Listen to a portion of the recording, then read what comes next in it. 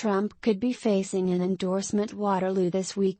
This past week, former President Donald Trump suffered his first high-profile endorsement defeat of 2022. Nebraska businessman Charles Herbster, who faced allegations of sexual misconduct by multiple women, lost the GOP nomination for governor. Herbster's downfall may be only a temporary blemish on Trump's record. After all, the former president's endorsed candidates are 4 for 5 this month in primary races in which there were either no or two incumbents running. But this week may turn that blemish into a downright blotch, as Trump's magic endorsement hand faces its toughest challenges so far. More Trump-endorsed candidates may lose this week. The highest profile race of the week by far is Pennsylvania's Republican U.S. Senate primary. The biggest name on the ballot is Mehmet Oz, the Trump-endorsed celebrity doctor and former TV star. For a long time, it looked as if the only threat to knock him off was former hedge fund executive David McCormick. A Fox poll out last week shows, however, that Oz doesn't just have one person to worry about, but two. The survey did show the power of Trump's endorsement, as Oz jumped from 15% in the same poll in March to 22% now. McCormick was right behind him at 20%, compared with 24% in March. Oz, though, was not the candidate who moved the most in the Fox poll. Conservative commentator and Club for Growth-backed Kathy Barnett went from 9% to 19%. Barnett, McCormick and Oz are all well within the margin of error of one another, so it shouldn't be a surprise if any of them win. And while Oz has as good a chance as Barnett or McCormick, it's pretty clear that a Trump endorsement has its limits. Oz isn't running miles ahead of the field. His favorable rating, 45%, is a point lower than his unfavorable rating, 46%, according to the Fox. Both Barnett and McCormick have favorable ratings that are at least 20 points higher than their unfavorables. To be clear, an Oz loss, were it to happen, shouldn't be seen as a repudiation of Trump's style of politics. All three frontrunners are fans of the former president. Barnett, for example, organized buses for the Stop the Steal rally in Washington on January 6, 2021. Opponents of Oz have instead argued that Trump simply got his endorsement wrong. Indeed, Trump has an 80% favorable rating among Republican primary voters in Pennsylvania. What may be troubling for the former president ahead of 2024 is that merely putting the Trump stamp on something may not be enough. He can no longer count on being so unique that people who identify with his style of politics are going to follow his every word. There are loads of imitators, so people can get someone who holds the positions of Trump without that person being endorsed by him. Oz is not the only Trump-endorsed candidate who may lose a primary on Tuesday. Scandal-plagued U.S. Rep. Madison Cawthorn is in big trouble too, in North Carolina's 11th congressional district. Cawthorn has made a lot of enemies within the Republican Party, including House Minority Leader Kevin McCarthy, who said Cawthorn had lost his trust. Cawthorn's chief opponent in the GOP primary, State Senator Chuck Edwards, has benefited from the incumbent's stumbles. Has been endorsed by North Carolina Senator Tom Tillis as well as the highest-ranking Republican officials in the state legislature. There isn't reliable polling from the district, but the implied odds from the betting markets have Cawthorn and Edwards neck and neck. That's quite the change from 2 months ago, when Cawthorn had about an 85% chance to win. That an incumbent House member may lose a primary is a big deal. This race shouldn't be close. Cawthorn's problems are not ideological, but scandal-driven.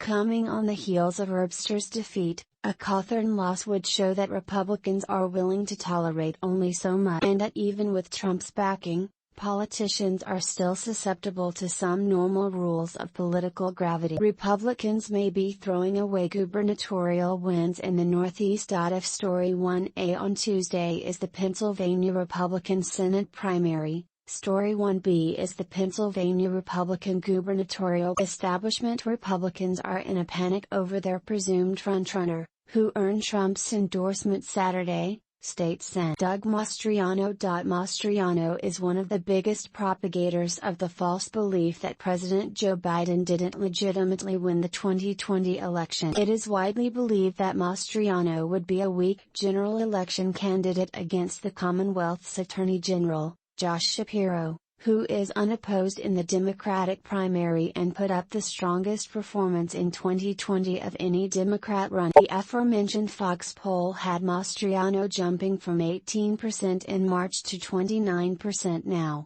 He held a double-digit lead over his nearest competitor, former U.S. Lou Barletta, who was at 17%.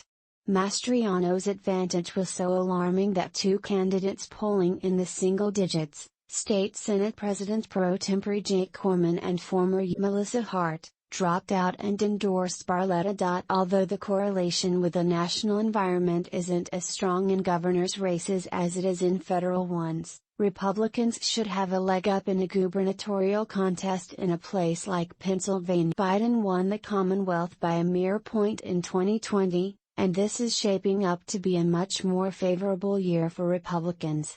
Yet this wouldn't be the first time in recent memory that Pennsylvania Republicans have lost a gubernatorial race that the national winds said they should have won.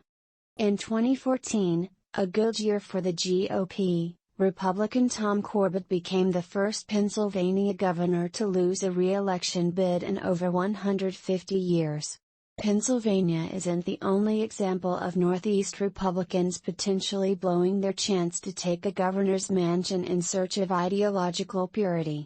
Anti-Trump Massachusetts Governor Charlie Baker is the rare Republican who can regularly pull in approval ratings north of 70% in a deep blue state.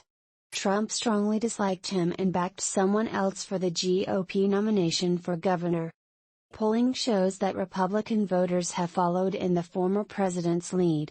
Baker, who would have had a difficult time winning a Republican primary, decided to retire. Polls to this day indicate that Baker could still win as a third-party candidate, though he seems unlikely to take that route. The polls also show that Democrats would be the clear favorite for the fall campaign, with election handicappers having the race as at least leaning Democratic. In New York, the Northeast's biggest state, Democratic Governor Kathy Hochul, who took office last year after Andrew Cuomo resigned, should be in trouble. She's plagued by, among other things, her lieutenant governor having to resign after getting arrested and a Buffalo Bills stadium deal that is quite unpopular with voters. A recent Quinnipiac University poll of the Democratic base in New York City had Hochul's approval rating at 50% and her disapproval rating at 40%, a 10-point spread. For comparison, Biden won the city by more than 50 points in 2020. But who is going to beat Hochul? The official state party designee for the Republican nomination is U.S. Lee Zeldin, who leads in primary polls too. He voted against certifying the 2020 electoral votes of Arizona and Pennsylvania. Such a record would likely be hard to overcome in a state that backed Biden by over 20 points.